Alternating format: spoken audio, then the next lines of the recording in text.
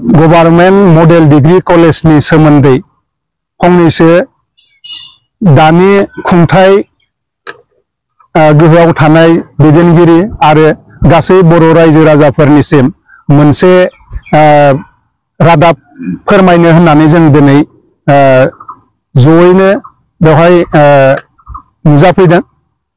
मानोना बे साननैसोआव जोङो ससियेल मिडियायाव नैबे गभर्नमेंट मॉडल डिग्री कॉलेज नि सोमोन्दै खायसे मानसिखौ ससियेल मिडियायाव फैनानै बायदिसिना बिदि दान्थे बिदान्थे खालामनायखौ जों नुनो मोनदों। नाथाय बे डिग्री मॉडल कॉलेज नि सोमोन्दै सोरहा बेसेबां रोंगौथि दङ जों बेखौ मोनथिनानै मोना। दा जोङो जायगानि बे फसंथानजों खाथि सोमोन्दो थानाय हिसाबै जों माखासे बाथ्राखौ मोनथिगौ आरो बेखौनो जों रायजो राजाया मोनथिनो हानाय बायदियै फोरमायनो होननानै एसे नुजाफैनाय जादों। दा गुबै बाथ्राया जाबाय जे नैबे गभर्नमेंट मॉडल डिग्री कॉलेजआ गाव हारसिंनो बे गायसन जायाखै। दा बेवहाय बेनि गुदियावनो दङ जे 1987 मायथाइनि जा उपेन्द्रनाथ ब्रह्म एबा आबसुनि सेपारेट स्टेट बड'लेण्ड आन्दोलननि बे मोनसे बिहोमा होननानै बुंनांगोन। मानोना जोंनि बर' समाजनि गेजेराव जुदि बड'लेण्ड सोमावसारनाया जायामोनब्ला, जोंनि बिटिसिआ जायामोनब्ला जोंनि बे बाक्सा जिल्लायाबो जानाय नङामोन आरो बे बाक्सा जिल्लायाव मुसलपुरा मोनसे सदर थावनिबो जानाय नङामोन आरो बे सदर थावनि मुसलपुराव एबा बरिमुगाव नैबे गभर्नमेंट मॉडल डिग्री कॉलेज बायदि बेबायदि मोनसे गोजौ थाखोनि फसंथानाबो जानाय नङामोन। बेनिखायनो जों बुंनो हायो बे जोंनि बरिमुगाव गायसन जानाय गभर्नमेंट मॉडल डिग्री कॉलेजआ जोंनि बर'नि आन्दोलनजों अतप्रोत जड़ित। बेवहाय गोबां बर' रायजो राजानि एबा बड'लेण्ड आन्दोलन सोमावसारगिरि बिथांमोननि थै गोलोमदैनि बेवहाय कन्ट्रिबिउसन दङ।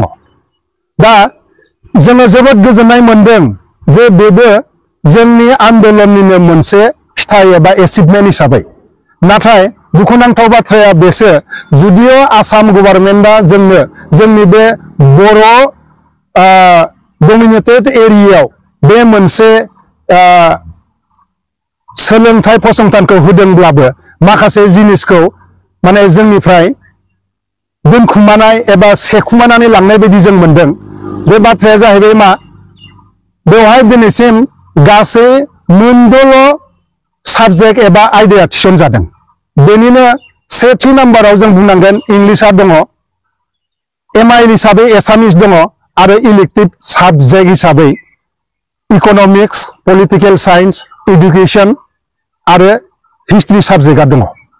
नाथाय बे ओनसोलखौ जों बयबो मिथिगौ, बेयो बर' डमिनेटेड एरिया आरो बे बर'नि मोनसे अथुमै होननानै बुंब्लाबो बारा बुंद्रायनाय जाया जोंनि मुसलपुर एबा बरिमुगखौ। दा बेबायदि मोनसे बर' डमिनेटेड फसंथानाव बर' साबजेक्टआ इंट्रोड्यूस जायिया बेयो जोंनि थाखाय एबा बर' हारिनि थाखायनो मोनसे माने दुखुनांथाव बाथ्रा एबा लाजिनांथाव बाथ्रा। जों मिथिदों गोबां बर'नि माहारियारि आफादफोरा बेवहाय बर' साबजेक्टआबो समजों लोगोसे थिसन जानांगौ होननानै मेमोरेन्डाम होनायफोरखौबो जों खोनादों। नाथाय दिनै बे कलेजखौ सामलायनाया एबा बेखौ ओपनिं खालामनाया 2 बोसोर बारलांबाय आरो मोननै सेसननि बेवहाय एडमिशनबो जालांबाय। नाथाय दिनैसिमबो बर' साबजेक्टआ इंट्रोड्यूस जायाखै। दा बेयो जोंनि थाखाय जोबोद दुखुनांथाव बाथ्रा। मानोना एसामिस साबजेक्टआ जुदि बे फसंथाननि मोनसे एमआइएल साबजेक्ट जानो हायोब्ला बर' साबजेक्टआ मानो एमआइएल साबजेक्ट जानो हाया? मानोना जों मिथिगौ एसामिस आरो बर' रावा दिनै भारत संबिजितनि 8थि फारिलाइयाव मर्यादा मोननाय इक्विवेलेन्ट माने राव। बेनिखायनो एसामिस साबजेक्टआ दंब्ला बेवहाय बर' साबजेक्टआबो थानांगौमोन। दा थाइनि आन्दोआव मा मोनसे रहस्य थानो हागौ बेखौ जोंनि काउन्सिलनि खुंथायाव थानाय दैदेनगिरि बिथांमोना मिथिगोन एबा माने जोंनि जायफोर दिनै मिनिस्टार एमएलए जानानै दोङो बर' समाजनिफ्राय बिथांमोना मिथिगोन एबा बिथांमोना मिथिनाया दरखार। दा गुबुन मोनसे बाथ्राखौ आं बुंनो लुबैदों जे थांनाय 2023 मायथाइनिफ्राय बेवहाय बे गभर्नमेंट मडेल डिग्री कलेजखौ बेखेवनाय जादों आरो फार्स्ट सेसन हिसाबै 2023 मायथाइयाव फरायसाफोरखौ एडमिशन होनाय जादोंमोन। बेवहाय जों मिथिनायाव अनलि 47 स्टुडेन्ट्सआ फार्स्ट बेचआव एडमिशन लादोंमोन आरो बिदिनो थांनाय 24 आव अनलि 78 फरायसायाल' बेवहाय एडमिशन मोनदोंमोन। दा बेवहाय जों मिथिगौ ओरैबायदि बेनि इनफ्रास्ट्राक्चारा ओरैबायदि हाई लेभेलनि जेराव 1000निबो बांसिन फरायसाया खेबसेयैनो बेवहाय फरायनो हानाय एबा सोलोंथाइ लानो हानायनि खाबु खायदाया दङ। नाथाय दिनै बेवहाय आर्ट्स स्ट्रिमखौल' इन्ट्रडिउस खालामदों। बेबो 100सोल' स्टुडेन्टआ दिनै बेवहाय मोननै बेचजों बेवहाय सोलोंथाइखौ लागासिनो दङ। दा जोंनि रायजो राजानि मोनसे खावलायनाय बेवहाय आर्ट्स स्ट्रिमल' नङा बे फसंथानाव जोङो साइन्स स्ट्रिम आरो कमार्स स्ट्रिम बेखौबो थिसनजानायखौ जों लुबैयो। मानोना जोंनि बे बृहत्तर बाक्सानि बे मुसलपुर ओनसोलाव बेबायदि माने मडेल डिग्री कलेज होननानै बुङोब्ला बेसेबांबा बोसोरनि उनाव एबा भारत उदांस्रि जानायनि उनाव गिबि खेब जों नुनो मोनदों। जोंनि खाथि खाला गंनै गंथामसो डिग्री कलेज दंब्लाबो बैफोर डिग्री कलेजावबो अनलि आर्ट्स स्ट्रिमाल' दिनै सामलाय जागासिनो दङ। ना बले साइन्स स्ट्रिमा गुबुनफोर कलेजाव दङ ना बले कमार्सआ दङ। बेनिखायनो जोंनि बे ओनसोलाव गंसे गंनै गंथामसो आर्ट्सनि अलरेडि दंखायो आरो बेनि गेजेराव दिनै जोंनो नैबे गभर्नमेंट मडेल डिग्री कलेजखौबो फार्स्ट टाइम जोंनो आर्ट्स स्ट्रिमखौल' सोनानै हरदों। बेनिखायनो जों लुबैदों जे बेवहाय एभेलेबल जि इनफ्रास्ट्राक्चारा डेभेलप जादों बेनिखायनो बेवहाय 1000सेसो स्टुडेन्टआ फरायनो हायो होननानै जोंनो प्रिन्सिपाल इनचार्ज बिथाङा जोंनो बे इनफरमेशनखौ होदों आरो जोंबो नुदों जायगानि मानसि हिसाबै जे बेवहाय जा बरिमुगाव लुफुंजानाय गभर्नमेंट डिग्री मडेल कलेजआ अलरेडि बेनि इनफ्रास्ट्राक्चारा अलरेडि कमप्लिटेड। दा बेनिखायनो बेवहाय 1000सेनि बांसिन फरायसाफोरा फरायनो हायो आरो बेवहाय सरकारा गोसो जायोब्ला आर्ट्स नङा बेवहाय साइन्स कमार्स आरो बायदि बायदि स्ट्रिमखौबो सोफानो हायो।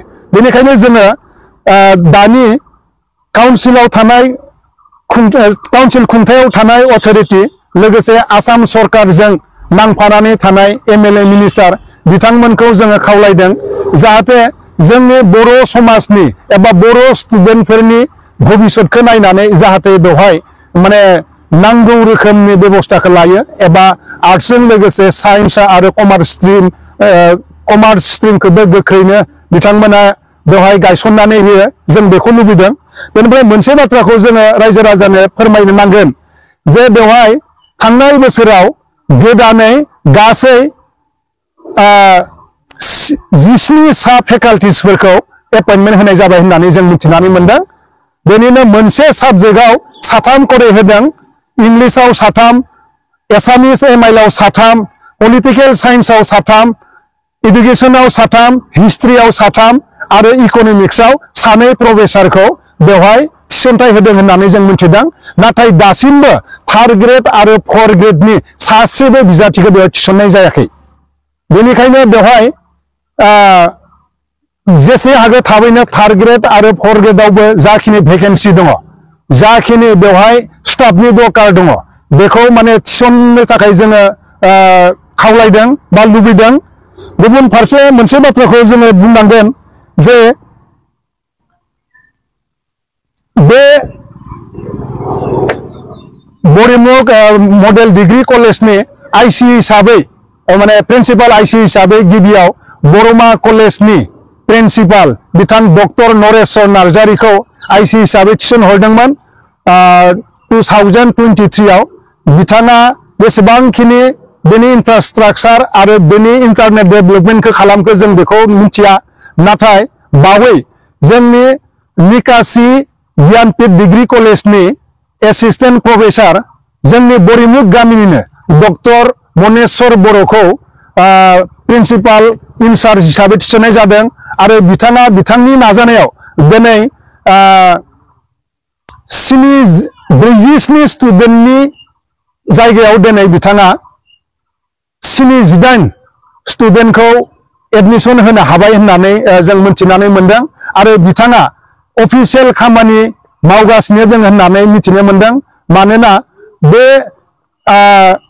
कलेजखौ फुल फ्लेजेड खालामनांगौब्ला बेवहाय माखासे अफिसियेल इन्टारनेल खामानि थायो बे माखासे अफिसियेल इन्टारनेल खामानिखौबो डक्टर मनेस्वर बर'आ मावगासिनो दं होननानै जोंनि ओनसोलनि रायजो राजानो बिथाङा फोरमायदों बेनि थाखाय जोङो बिथां डक्टर मनेस्वर बर'खौ धन्यबाद होयो आरो जोङो जायगानि साफा सुस्थ नागरिक हिसाबै जों बिथांखौ जेब्लाबो मदद आरो सहाय खालामगोन होननानै बाथ्रा होदों दा बेनिखायनो नैबे मडेल डिग्री कलेजखौ लानानै जोंनि रायजो राजाफोरा एबा माने दल संगठनफोरा बेवहाय राजखान्थि मोनसे थासारिखौ बेवहाय लाबोनाङा मानोना मोनसे सोलोंथाइ फसंथाना नोंनि आंनि थाया बेयो बयनिबो बे ओनसोलनि बेवहाय जेसेबां राव धोरोम हारिमुनि मानसि थायाथों मानो बिथांमोननि जेनेरेशन एबा बिथांमोननि गथ' गथायनि भबिष्यतनि थाखाय